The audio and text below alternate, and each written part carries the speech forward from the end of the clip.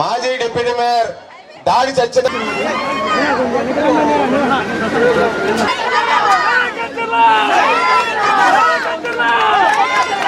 జై తెలుగుదేశం శ్రీభరత్ గారి నాయకత్వం, వెలపూడి గారి నాయకత్వం, కంచె నక్షత్ర గారి నాయకత్వం. దయచేసి అమ్మా గార్డెన్స్ వేసిన వాళ్ళ కిందకి దిగితే ఇంకా చాలా మంది కింద గార్డెన్స్ వేయాలని, పూలమాలను వేయాలని ఇంకా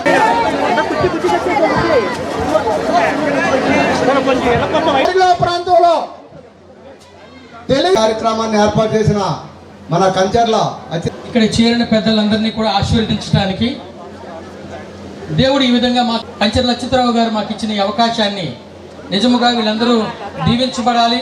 ఒక్కరు కూడా ప్రభువా, ఇందులో ఉన్న ప్రతి ఒక్కరూ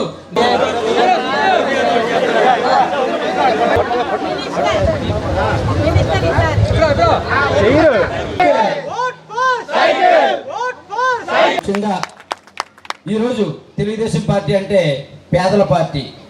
ఎవరు ఎన్ని చెప్పుకున్నా ఏం చేసినా తెలుగుదేశం పార్టీ ద్వారా ఈరోజు మనం అభ్యర్థి ఎవరైతే వెలగపూడి రామకృష్ణబాబు గారు ఉన్నారో ఆయనకి ఒక మంచి అలవాటు, ఈరోజు నియోజకవర్గంలో ఆయనకు ఒక మంచి పేరుంది. ఏంటంటే ఎంతమందిలో ఒక మనిషి ఉన్నా ఆయన్ని పేరు పెట్టి పిలవగల శక్తి ఈ విశాఖపట్నం నాయకుల్లో ఒక వెలగపూడి రామకృష్ణబాబు గారికే ఉంది.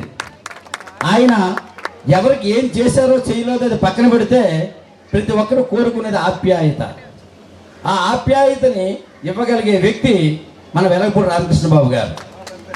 ఇది ఏ పార్టీ వాళ్ళైనా అది ఒప్పుకొని తీరాల్సిందే.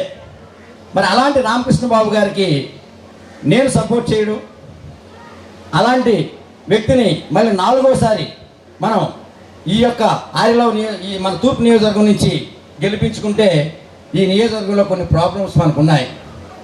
ఆయన మరి ఎంత కష్టపడినా 3 సార్లు గెలిచిన దాంట్లో ఒక్కసారి మాత్రమే ఆయన అధికారంలో ఉండడం జరిగింది. చాలామందికి ఈ విషయం తెలియాలి కూడా. మరి 3 సార్లు ఎమ్మెల్యేగా చేసి ప్రత్యర్థులు మైక్ దొరికిందంటే వాళ్ళు ఇష్టానుసారం మాట్లాడుతూ ఉన్నారు. అలాంటి కుసంస్కారం నాకు లేదు, కానీ నేను స్మూత్గానే దానికి ఆన్సర్ ఇవ్వదలుచుకున్నా. ఏంటంటే మరి ఈరోజు ఎట్టి పరిస్థితుల్లో ఆయన ఆ ఉన్న 5 సంవత్సరాలు మన నియోజకవర్గానికి కావలసిన అన్ని కార్యక్రమాలని ఆయన చేయడం జరిగింది. ఈ 10 సంవత్సరాల గ్యాప్లో ఏదైతే ఉందో ఆ 10 సంవత్సరాల్లో అతను పని చేస్తానన్న చెయ్యనిచ్చే పరిస్థితి ఎక్కడ లేదు. కాబట్టి మరి అలాంటి వ్యక్తిని ఈసారి అవకాశం ఇస్తే డెఫినెట్గా ఆంధ్రప్రదేశ్లో తెలుగుదేశం పార్టీ ఖచ్చితమైన మెజార్టీతో కూటమి ఏదైతే ఉందో 100% ఖచ్చితమైన మెజార్టీతో అధికారం రాబోతుంది. మన ఆరిలో నియోజకవర్గంలో ఉన్న ఏవైతే ప్రాబ్లమ్స్ ఉన్నాయో ఆ ప్రాబ్లమ్స్ అన్నీ కూడా నెరవేరబోతున్నాయి. ఇది నిజం.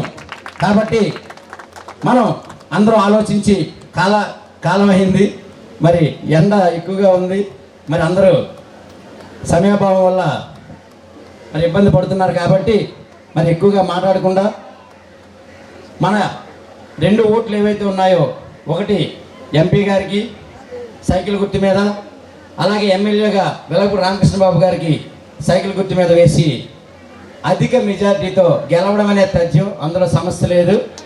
మెజారిటీ మనకు ముఖ్యం. మెజారిటీ మొదట ఆయనకి ఏదైతే మెజారిటీ వచ్చిందో 50,000 మెజారిటీ వచ్చిందో మళ్ళీ ఇప్పుడు ఆ మెజారిటీతో గెలిపించాలని మనసావాచ కోరుకుంటూ ప్రతి ఒక్కరికి నేను మరొక్కసారి విన్నవించుకుంటూ, మరి నా యొక్క ఉపకార్ చారిటబుల్ ట్రస్ట్ సభ్యుడు మరి అమర్ తను నా యాక్టివిటీస్లో మంచిగా పార్టిసిపేట్ చేసేవాడు.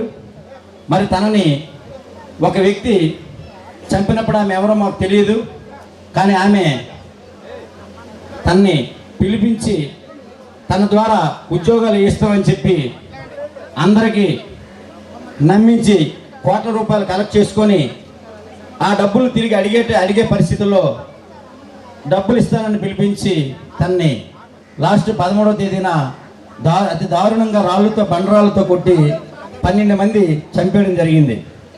మరి అలాంటి వ్యక్తిని మరి ఎంతో వాళ్ళ కుటుంబం అంతా రోడ్డున పడింది. అలాంటి వ్యక్తికి సపోర్ట్ చేయాలని నేను అనుకున్నా. మరి ఎన్నో పార్టీ పెద్దల్ని నేను విన్నవించుకోవడం జరిగింది. వాళ్ళందరూ కూడా ఎడముఖం పెడముఖం పెట్టి కనీసం పరామర్శకు కూడా రాని పరిస్థితి. ఈ రోజు వరకు ఆ కుటుంబానికి నేను వెన్నంట ఉంటూ, మొన్న నా సోదరుడు మూర్తి యాదవ్ గారు ఆ రోజు పిలిచి మన కూటమి మొత్తం మీకు వెనుకుంటుంది అన్నా, మీరు ఇంకేం భయపడొద్దు అని చెప్పి వాళ్ళ కుటుంబాన్ని కూడా వాళ్ళకి భరోసా ఇచ్చి ఎంతవరకైనా ఈ కార్యక్రమాన్ని తీసుకెళ్ళి వాళ్ళకి న్యాయం జరిగే వరకు పోరాడతామని ఈ సభా వేదిక మీద నుంచి నేను ప్రమాణం చేస్తూ, మరి వెలగపూడి రామకృష్ణ బాబు గారు కూడా గెలిచి